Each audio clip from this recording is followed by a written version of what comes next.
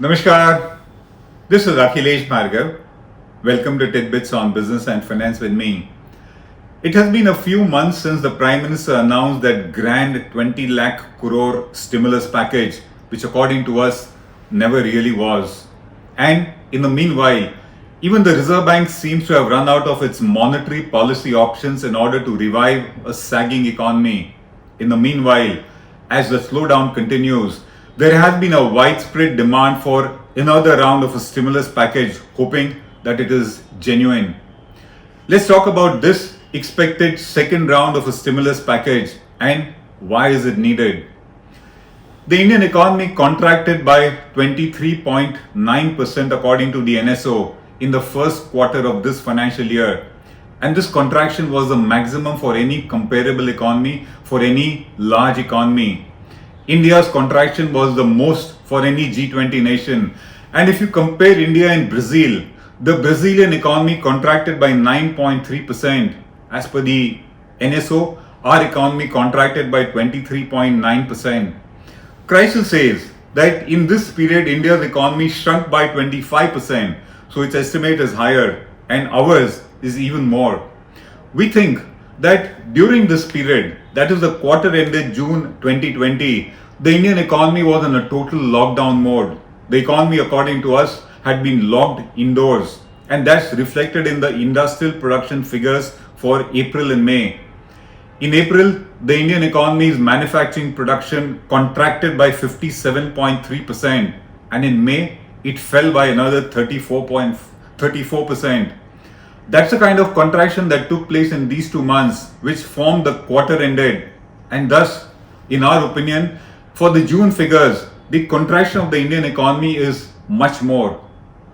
The uptick that we saw in the economy in June has flattened out very quickly, and that's because the June uptick in the economy was because of pent-up demand for the months of April and May. As soon as the demand was met, it has come back to a contracting mode.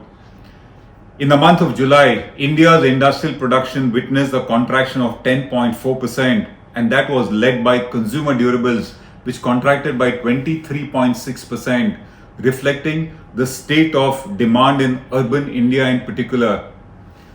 At the moment, the lockdown continues, the pandemic continues, the economy continues to shrink, and as that continues and there is uncertainty about it because COVID cases continue to rise, all the predictions for the Indian economy's growth in financial year 21 are being revised by all agencies.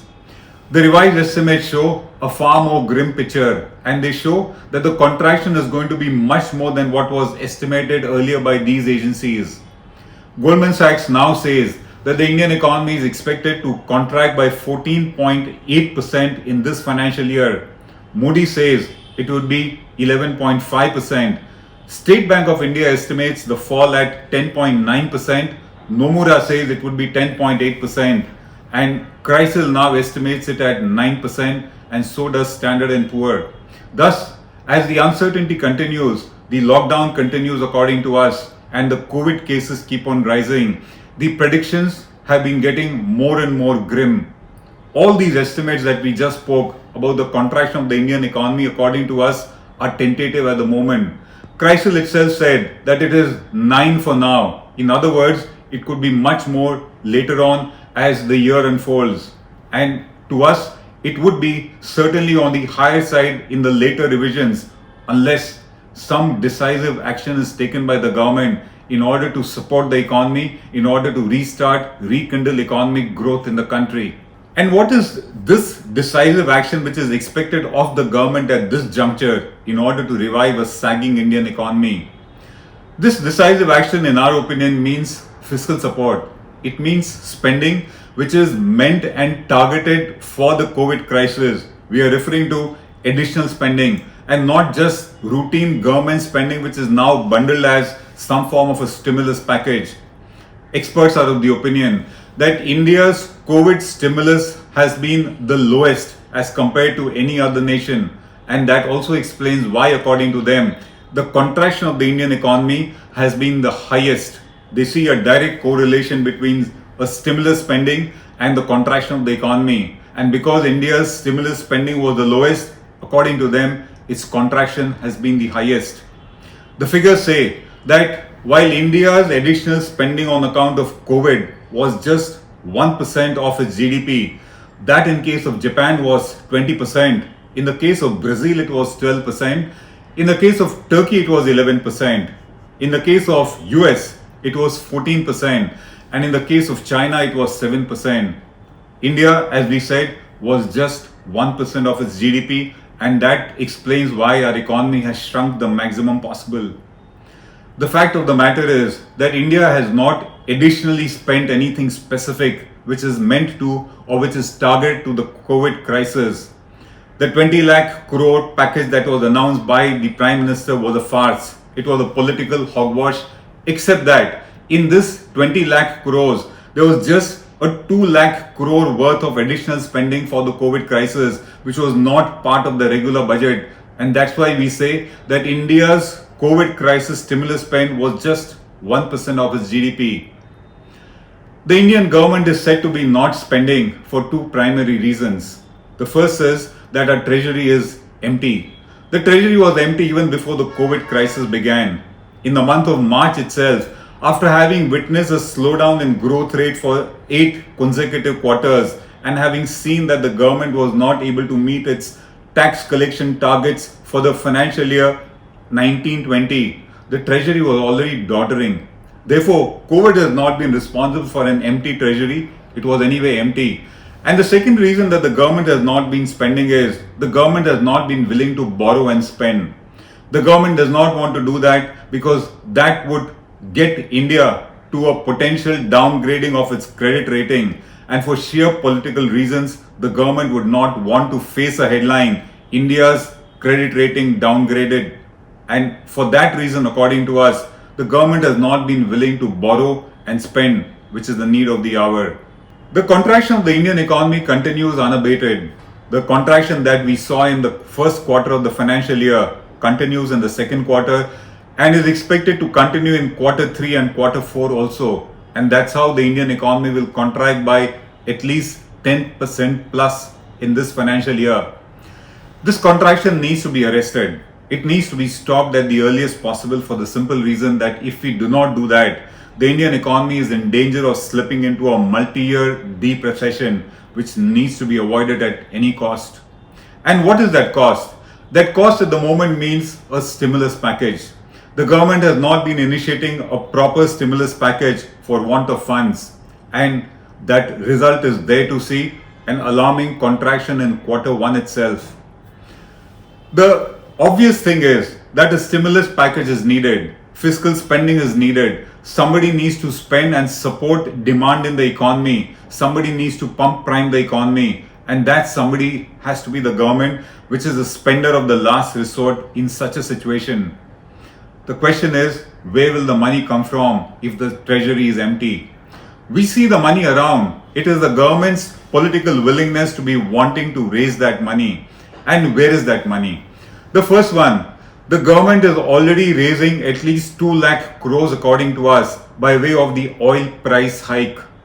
Global oil prices are at a historic low, but the oil prices, the fuel prices that we pay in India are at a historic high.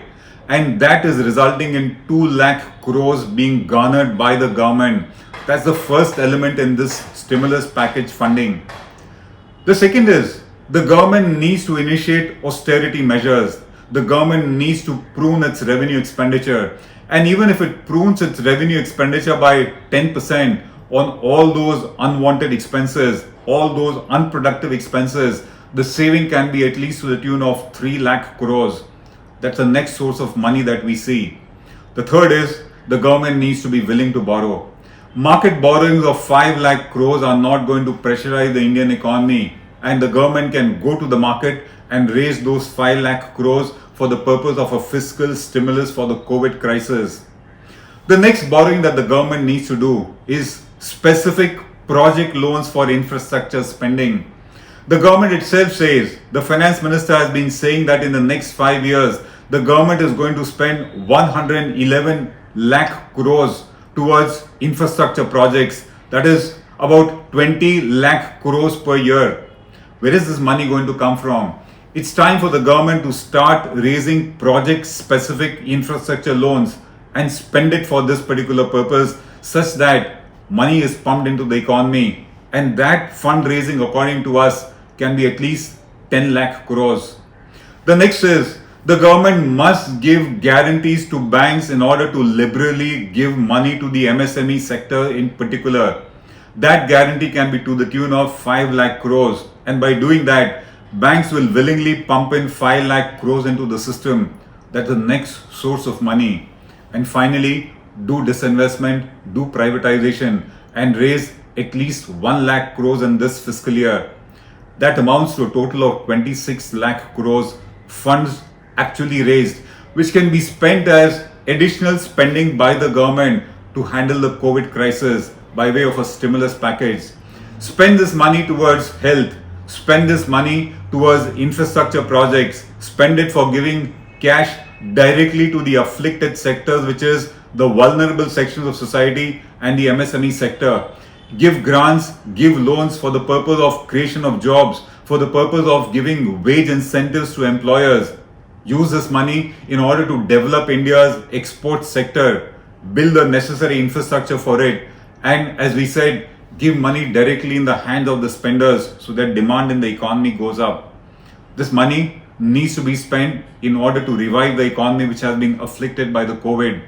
And we think that the money is there and the reasons for spending are also there. It's a government which needs to have the political will to do that. The Chief Economic Advisor of India has been saying that this economic crisis is a once in a 150-year kind of an occurrence. It's an event that occurred after 150 years according to him. If that is the gravity of the event, the government will also need to take commensurate measures in order to mitigate that event. And we think that stimulus part 2 is what that measure is. Come up with a handsome, commensurate spending in order to revive the economy. And that's the need of the hour. According to us, the money is around. It is for the government to take it. This is Akhilesh Bhargav signing off till we meet again. Namaskar. Now be the first to know about the latest updates on our new news app. Go on your Android or iOS, search for HW News Network. Download our app, choose the language you prefer to get updates in, and be up to date with the latest news. If you like this video, please share it, and we would love to hear your comments in the comments section down here. Also, please do like our Facebook page and follow us on Twitter to get minute-to-minute news updates. For more such shows and videos, well, subscribe to our YouTube channel.